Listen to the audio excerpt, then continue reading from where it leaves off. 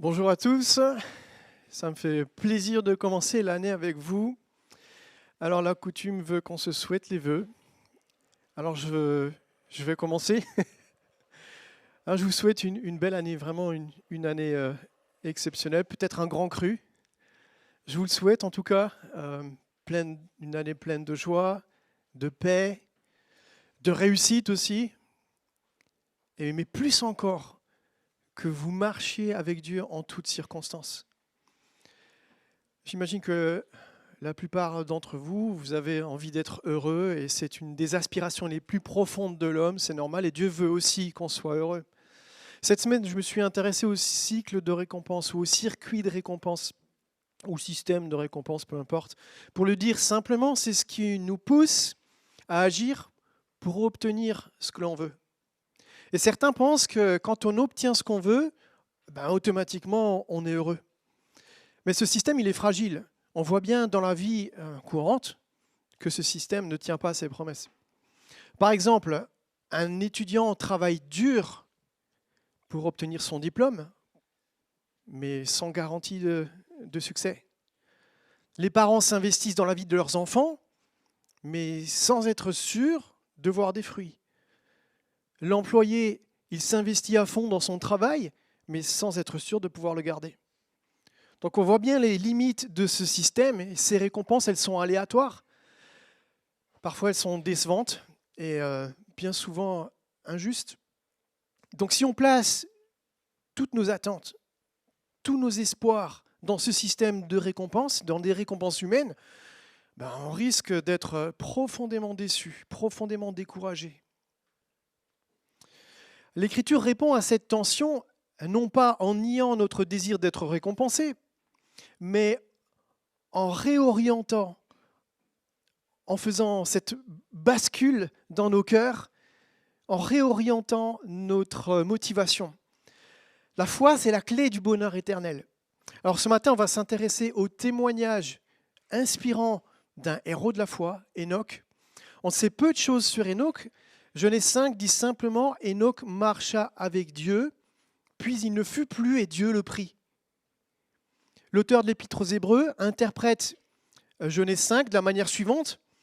C'est à cause de sa foi qu'Hénoch a été enlevé pour échapper à la mort et on ne l'a plus retrouvé parce que Dieu l'avait enlevé. Avant d'être enlevé, il avait en effet reçu le témoignage qu'il était agréable à Dieu. Or, sans la foi, il est impossible d'être agréable à Dieu. Car il faut que celui qui s'approche de lui croit que Dieu existe et qu'il récompense ceux qui le cherchent. Le témoignage d'Hénoch est vieux depuis plusieurs millénaires, mais il est toujours aussi percutant. En fait, il nous rappelle que la foi est la clé du bonheur, un bonheur éternel. Alors on va suivre le déroulement dans l'Épître aux Hébreux, et puis on va commencer par l'enlèvement d'Hénoch, puisque c'est comme ça qu'il commence, l'auteur de l'Épître aux Hébreux. On va continuer avec le cœur du message centré sur la relation avec Dieu, l'intimité avec Dieu, la marche avec Dieu, pour ensuite finir sur ce qui motive la foi. En 3 points, la foi comme avant-goût du bonheur éternel, comme bonheur d'une relation avec Dieu et comme bonheur d'une quête récompensée. Hénoch a vécu une des pires époques de l'histoire de l'humanité. Il a vécu dans une époque de dépravation juste avant le déluge. Enfin, un millénaire pas loin avant le déluge. Donc il a vécu dans cette génération et Dieu l'a mis à part dans cette génération. Alors qu'il vit des temps de déchéance et de rébellion contre Dieu, donc avant le déluge, Hénoch choisit de placer sa confiance en Dieu. Il choisit de marcher avec Dieu. Il a en ligne de mire les choses éternelles. Et le récit d'Hénoch fait cette connexion entre la foi et le bonheur du ciel. Il marche par la foi et cette marche le mène directement au ciel. L'auteur de l'Épître aux Hébreux dit « C'est à cause de sa foi qu'Hénoch a été enlevé pour échapper à la mort. » Et on ne l'a plus retrouvé parce que Dieu l'avait enlevé. On lit aussi qu'Hénoch a connu une ascension. En fait, c'est ce qu'il a fait, c'est ça, c'est une ascension. Hénoch a connu une ascension. Il a échappé à la mort et c'est Dieu qui est venu le chercher. Alors regardons maintenant d'un peu plus près ce que dit Genèse. Genèse 5, on ne va pas lire tout le chapitre, mais seulement une partie. Voici le livre de l'histoire d'Adam. Lorsque Dieu créa l'homme, il le fit à la ressemblance de Dieu. Il créa l'homme et la femme et les bénit. Il les appela êtres humains lorsqu'ils furent créés. À l'âge de 130 ans, Adam eut un fils à sa ressemblance, à son image, et il l'appela Seth. Adam vécut 800 ans après la naissance de Seth, et il eut des fils et des filles. Adam vécut en tout 930 ans, puis il mourut. À l'âge de 162 ans, Jéred eut pour fils Enoch. Jéred vécut 800 ans après la naissance d'Enoch, et il eut des fils et des filles. Jéred vécut en tout 962 ans, puis il mourut. À l'âge de 65 ans, Enoch eut pour fils Métouchéla. Enoch marcha avec Dieu 300 ans après la naissance de Métouchéla, et il eut des fils et des filles. Enoch vécut en tout 365 ans. Enoch marcha avec Dieu, puis il ne fut plus là parce que Dieu l'avait pris. À l'âge de 187 ans, Métouchéla eut pour fils Lémec. Métouchéla vécut 782 ans après la naissance de Lémec, et il eut des fils et des filles. Métouchéla vécut en tout 969 ans. Guinness, c'est le record Guinness. Puis il mourut. La liste, elle continue. Je n'ai pas lu jusqu'à Noé, mais elle continue de la même manière. Et ça finit toujours de la même manière. Et il mourut. Et il mourut. Cette liste, elle ressemble à une série d'inscriptions funéraires. C'est très minimaliste. Nom, âge, fils et filles, point. En fait, on a l'impression qu'ils ont vécu comme s'ils n'avaient laissé aucun souvenir digne de ce nom et que la mort avait le dernier mot.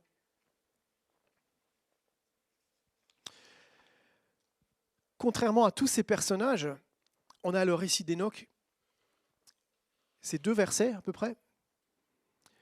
Enoch a un témoignage hors du commun. Dieu vient briser le cycle de la mort et il vient chercher Dieu. Il vient l'enlever. Chercher Enoch, pardon. Et il vient l'enlever. Enoch marcha avec Dieu, puis il ne fut plus là parce que Dieu l'avait pris. C'est le seul qui n'a pas besoin de pierre tombale. L'épître aux Hébreux traduit pris par enlevé. D'après Matthieu, un commentateur, le mot grec traduit par enlevé connote le fait d'être transféré d'un royaume à un autre, d'un lieu à un autre, et dans ce passage, de la terre au ciel. On ne sait pas combien de temps ses contemporains ont passé à le chercher, mais là où il était, il ne risque pas de le retrouver. Dieu l'avait enlevé, il était au ciel. Maintenant, essayons de comprendre un peu plus l'époque dans laquelle Enoch a vécu.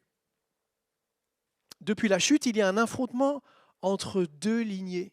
On a lu que Enoch fait partie ou est dans la généalogie d'Adam, mais on sait par l'évangile de Luc qu'Enoch est aussi dans la généalogie de Jésus-Christ.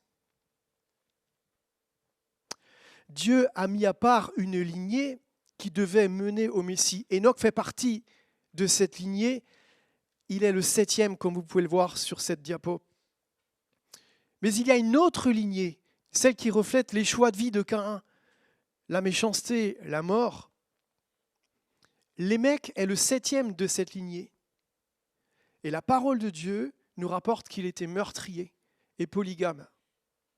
Donc on a là 2 modèles d'hommes aboutis, un homme de foi et un homme avec un esprit méchant.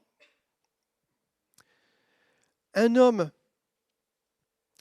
qui marche par la foi et l'autre qui marche par ses plaisirs immédiats condamnables. On a 2 systèmes, celui qui vit par la foi, celui qui vit par ses quêtes de plaisirs immédiats et condamnables. L'homme charnel. Là, on est situé à peu près 1000 ans après la naissance du premier homme, Adam. Et on observe que l'humanité n'a pas chômé pour faire le mal. L'époque d'Enoch n'était pas différente de la nôtre. Alors Dieu va se servir de son fidèle témoin Enoch. Et Jude rapporte qu'Enoch était prophète en son temps. Il a prophétisé à ses contemporains. Et voici ce qu'il a dit. Voici que le Seigneur est venu avec ses saintes troupes pour exercer un jugement contre tous et pour faire rendre compte à tous les impies de tous les actes d'impiété qu'ils ont commis et de toutes les paroles dures qu'en pécheurs impies ils ont proférées contre lui, c'est-à-dire contre Dieu. Enoch a prêché le jugement de Dieu sur ses contemporains et vous savez ce qui s'est passé ? Rien. Puis Enoch ne fut plus parce que Dieu le prit. Enoch fait partie des témoins de la foi dont le monde n'était pas digne. Son ascension, comme celle de Jésus, marque un jugement, c'est un signe. C'est l'enlèvement de personnes agréables à Dieu rejetées par leur génération. La suite, on la connaît, le mal atteint son paroxysme en Genèse chapitre 6 et Dieu envoie le déluge pour purifier la terre. Ce qui est tragique, c'est que l'humanité rêve d'éternité, mais qu'elle ne veut pas de la foi en Jésus-Christ. Le monde cherche à repousser la mort, mais Dieu propose de sauver de la mort. Le monde cherche à gagner du temps, Dieu propose la vie éternelle dès maintenant. Et pour les transhumanistes, échapper de la mort, échapper à la mort, c'est tout un projet. Ils rêvent de faire de l'homme un homme-machine, un homme augmenté. En Chine encore, si vous avez les moyens financiers, vous pouvez faire revivre les souvenirs du défunt. Vous pouvez avoir son image, avoir sa voix, entendre sa voix, le voir sur un écran et avoir une conversation. Le monde investit dans des fausses promesses. Je dis en Chine, mais c'est sûrement qu'on peut trouver ça ailleurs. Il faut juste avoir les moyens. Le monde investit dans ces fausses promesses. Il y a quelque temps, j'écoutais une conférence de Luc Ferry, et à la fin de cette conférence, à peu près en ces termes, il dit « Le christianisme est la religion la plus attirante, et écoutez bien, parce qu'elle est la seule qui propose la non-séparation éternelle de l'être aimé quand on y croit. » Quand on y croit. Donc Luc Ferry a compris intellectuellement que la clé du bonheur est dans la foi. Mais comprendre intellectuellement, ça ne suffit pas pour accéder à l'éternité. Sur Terre, on vit une période de test qui répond à cette question. Quelle est la source de notre bonheur ? Par la foi, on a un avant-goût du bonheur éternel, du bonheur que Dieu nous propose ici, maintenant. C'est une relation de confiance avec ce Dieu éternel. Alors je vous encourage de tout mon cœur pour cette année 2026 à investir dans les choses éternelles, à chercher les choses d'en haut, à marcher par la foi en ayant les regards fixés sur Jésus-Christ. Placez votre confiance en Dieu et choisissez la foi. La foi nous fait goûter au bonheur du ciel sur terre dès maintenant. Et c'est ce qu'on voit avec ce deuxième point. Le vrai bonheur, il est dans la relation personnelle avec Dieu. Une relation personnelle avec Dieu, c'est être intime avec Dieu, on va le voir. C'est marcher avec Dieu. Le passage continue en disant qu'Enoch est agréable à Dieu. Genèse 5 dit Enoch marcha avec Dieu 300 ans. Mais l'auteur de l'Épître aux Hébreux interprète de la manière suivante. Avant d'être enlevé, il avait reçu le témoignage qu'il était agréable à Dieu. Le témoignage dont il est question, ce n'est pas l'opinion des hommes, ni une réputation qu'il s'est construite devant les hommes. Enoch ne se regardait pas non plus devant le miroir en se disant « je suis quelqu'un de bien, ça va, je suis plutôt un gars cool ». Pas du tout. C'est Dieu en fait qui a rendu témoignage à Enoch. Sa valeur ne venait pas de ce que les autres voyaient en lui, sa valeur venait de ce que Dieu voyait dans le secret de sa marche avec lui. Et pour nous, ça, c'est libérateur. C'est tellement libérateur de savoir que c'est pas notre regard qui va nous justifier, le regard des autres. C'est pas le poids du regard des autres parfois qui peut peser. C'est pas ce regard-là qui va nous faire du bien, qui va nous justifier, qui va nous conduire au bonheur. C'est le regard de Dieu. Dieu nous regarde. Notre foi, notre vie, elle dépend du regard de Dieu. C.S. Lewis dit « L'intégrité, c'est de faire ce qu'il faut, même quand on ne vous regarde pas. » quand personne ne vous regarde. Il n'est pas question d'être parfait, mais juste d'être vrai dans la relation. D'être vrai là où personne ne vous voit ou ne nous voit dans nos pensées, dans nos choix silencieux, dans nos luttes cachées. Le témoignage d'une vie qui plaît à Dieu, c'est une vie honnête avec lui, une vie sans masque. Alors dans le Nouveau Testament, les expressions marcher avec Dieu et être agréable à Dieu, elles désignent un style de vie qui honore Dieu. La parole de Dieu nous dit de marcher d'une manière digne du Seigneur. Et dans le même passage, juste après, c'est Éphésiens 4, on lit que ce qui est associé à cette marche, c'est l'humilité, c'est la douceur, c'est la compassion, c'est l'amour, la patience. Mais elle le dit aussi comme un style à imiter. Marcher selon l'esprit. Marcher comme des enfants de lumière. Ou encore, marcher en lui, en Christ. Donc quand on marche avec Dieu, on cherche à refléter son caractère. On imite le caractère de Dieu. Et l'expression plaire à Dieu, elle est très proche. Dans Romains 12, quand l'apôtre utilise cette formulation, il dit offrez vos corps comme un sacrifice saint, vivant, agréable à Dieu.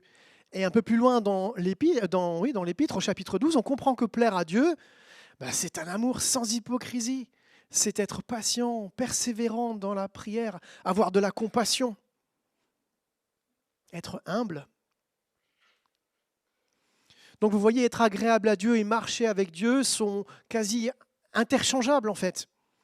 Ça reflète le caractère de Dieu. Marcher avec Dieu, être agréable à Dieu, c'est incarner le caractère de Dieu. Genèse nous dit qu'Hénoch a vécu 365 ans et qu'il marcha avec Dieu 300 ans.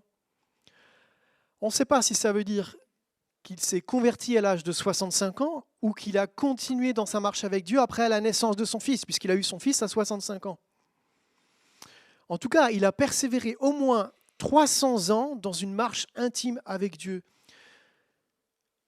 Alors, je pense que vous aussi, vous allez agréer à ce que je dis, mais je trouve que c'est encourageant d'avoir dans notre assemblée, dans l'Église, des frères et des sœurs qui marchent avec Dieu depuis des décennies, mais aussi depuis quelques semaines.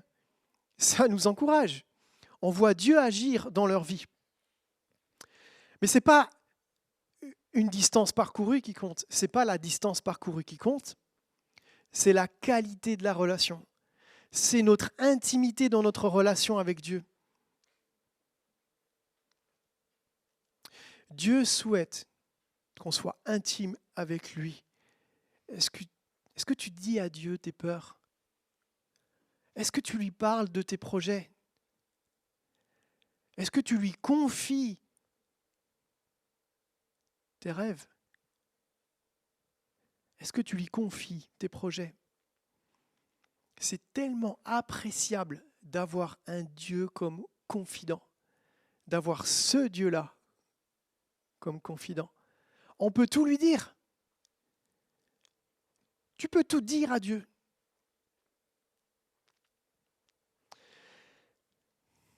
Et plus on est intime dans cette relation, moi j'imagine que c'est des choses que vous connaissez. J'imagine que c'est des choses que vous vivez déjà. En fait, je ne vous apprends rien, je vous dis juste des choses qui vous sont agréables, qu'il faut qu'on entende. On a besoin d'entendre encore ces choses-là. Plus on est intime dans notre relation avec Dieu, plus notre relation grandit. Marchez avec quelqu'un pendant quelques minutes et vous parlerez des choses banales de la vie, mais marchez des années et des années avec la même personne, et vous allez apprendre à la connaître, savoir ce qu'elle pense. Vous allez ajuster votre comportement. Vous allez supporter des silences. Ou même, quand la marche semble monotone, vous allez continuer de marcher. Mais c'est ce qui se passe dans le mariage ou c'est ce qui se passe aussi dans une amitié de longue date. C'est exactement ce que suggère cette expression. Hénoch marcha avec Dieu. L'Écriture décrit une relation qui grandit dans le temps, une relation suffisamment réelle pour que Dieu puisse dire « il était agréable, il m'était agréable, Enoch était agréable à Dieu ».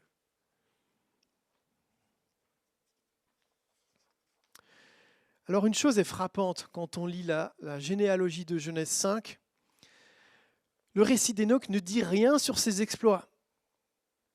Jude dit quelques mots, c'est ce qu'on a lu ensemble. L'Épître aux Hébreux aussi, là, ce sont les 2 versets qu'on lit ensemble. Et c'est tout.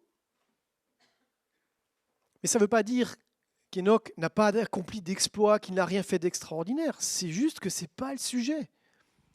La vie qui plaît à Dieu, ce n'est pas une vie remarquable aux yeux des hommes. C'est une relation constante avec Dieu. C'est une relation qui dure dans le temps. Notre identité ne se trouve pas dans ce que nous faisons pour Dieu, elle se trouve dans ce que nous faisons en lui. C'est très différent. Avoir Dieu dans sa vie était tout ce dont Enoch pouvait rêver d'extraordinaire. Dieu est la source du bonheur, avec ou sans grande expérience. Dieu nous laisse cet exemple de persévérance dans la foi, comme le font beaucoup de personnes ici, j'imagine le plus grand nombre, en tout cas je l'espère. Et vraiment mon désir c'est qu'on marche comme Enoch, c'est qu'on s'attache à Dieu, c'est qu'on essaie de marcher dans toutes circonstances et les yeux fixés sur lui, en nous attachant à lui. En fin de compte, être agréable à Dieu, c'est reconnaître que toutes nos motivations, toutes nos intentions, en dehors de Dieu, elles sont vaines. Dieu ne les considère pas, Dieu ne pense pas comme le monde, il ne fonctionne pas comme le monde. Il ne cherche pas des serviteurs qui courent devant lui pour l'impressionner ou pour impressionner ceux qui sont autour. Dieu cherche des enfants qui marchent à sa suite, qui lui font confiance pas après pas. Et finalement, en 3e point, la foi, c'est une quête récompensée. Enoch était à la recherche de Dieu, c'était sa quête, c'était sa priorité. C'était son souffle de vie. Quand on cherche Dieu, on ne peut que être récompensé. Parce que ce que Dieu a à offrir a une valeur inestimable. Ça vaut plus que tout l'or du monde et que tout ce qui se trouve dans la création. Alors, relisons ensemble Hébreux 11, verset 6. Or, sans la foi, il est impossible d'être agréable à Dieu, car il faut que celui qui s'approche de lui croit que Dieu existe et qu'il qu'il récompense ou qu'il est le rémunérateur de ceux qui le cherchent. L'auteur de l'Épître décrit ici le caractère radical de la foi. C'est tout ou c'est rien. C'est impossible de plaire à Dieu sans la foi. Et impossible veut dire sans force ou sans puissance. Et comme Jésus disait, sans moi, vous ne pouvez rien faire. Quand on est en Christ, on est appelé à porter du fruit. Et dans le même chapitre, en Jean 15, Jésus donne le commandement d'amour. Aimez-vous les uns les autres comme je vous ai aimé.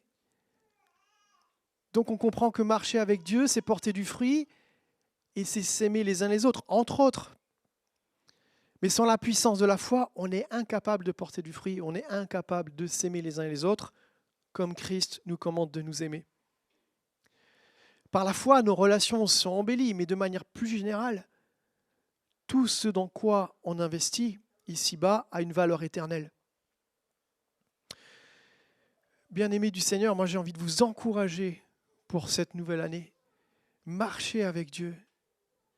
Investissez dans les choses éternelles. Faites-lui confiance. Attachez-vous à Dieu en toutes circonstances. Et vous savez, moi ça me fait penser un peu au mariage, pour le meilleur et pour le pire. Pour ce qui peut vous arriver de meilleur, soyez reconnaissants. Pour ce qui vous arrive de peut-être de pire dans cette vie, attachez-vous. Regardez à Christ. Traversez les épreuves avec votre Dieu.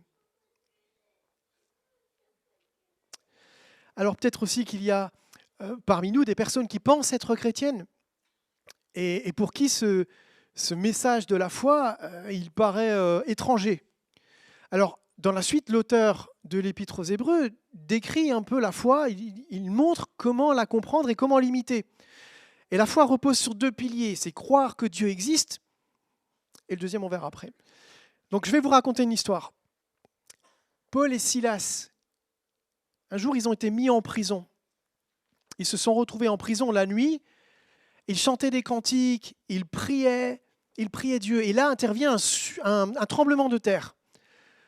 Le gardien de prison veut se tuer parce qu'il pense que les prisonniers se sont échappés, mais en fait pas du tout. Paul et Silas, en tout cas, tout le monde était resté là dans leur cellule, et donc le gardien de prison, tremblant, arrive aux pieds de Paul et de Silas, et il demande, mais comment je fais pour être sauvé? Et Paul et Silas, ils répondent, crois au Seigneur Jésus. Ah bon, c'est tout? Bon, ça c'est moi qui l'ajoute. Mais c'est tout. Crois au Seigneur Jésus. Oui, c'est tout. Ils n'ont pas dit fais 5 prières par jour. Ils n'ont pas dit mange du poisson le vendredi, allume des cierges. Crois au Seigneur Jésus. Il faut croire en une personne, au Seigneur Jésus. Il n'y a rien à faire, alors qu'on aimerait tellement mériter notre salut et dire que voilà, on y a participé, qu'on est quelqu'un de bien, qu'on mérite une récompense. On ne mérite rien, c'est Dieu qui donne.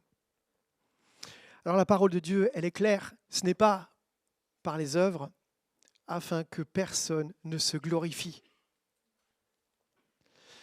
Et c'est toute la simplicité de l'Évangile, c'est croire en s'approchant de Dieu les mains vides. C'est comme ce gardien de prison qui s'est jeté aux pieds de Paul et de Silas pour savoir ce qu'il fallait faire pour être sauvé. Il est venu les mains vides avec sa détresse. Il n'a rien apporté à Dieu. Enoch, c'est pareil. Il a marché avec Dieu, il avait une relation intime avec Dieu, il n'avait rien à offrir que Dieu aurait désiré, que Dieu aurait voulu. Mais il a cru Dieu. Le gardien de prison a cru que Dieu pouvait le sauver. Ils ont cru Dieu. Alors croire qu'il y a un Dieu, c'est, on pourrait dire, être sur le chemin, mais croire qu'il y a un Dieu, ça ne suffit pas pour être sauvé. Les démons le croient et ils tremblent. Donc ça ne suffit pas. Enoch ne s'est pas contenté de croire en Dieu, il a marché avec Dieu, et c'est cette démarche simple et quotidienne que l'Écriture nous invite à suivre. Marcher avec Dieu en toute sa simplicité tous les jours et s'attacher à lui. Ça, c'était le premier pilier, croire que Dieu existe. Le deuxième pilier, c'est celui qui soigne notre système de récompense, dont j'ai parlé dans l'introduction.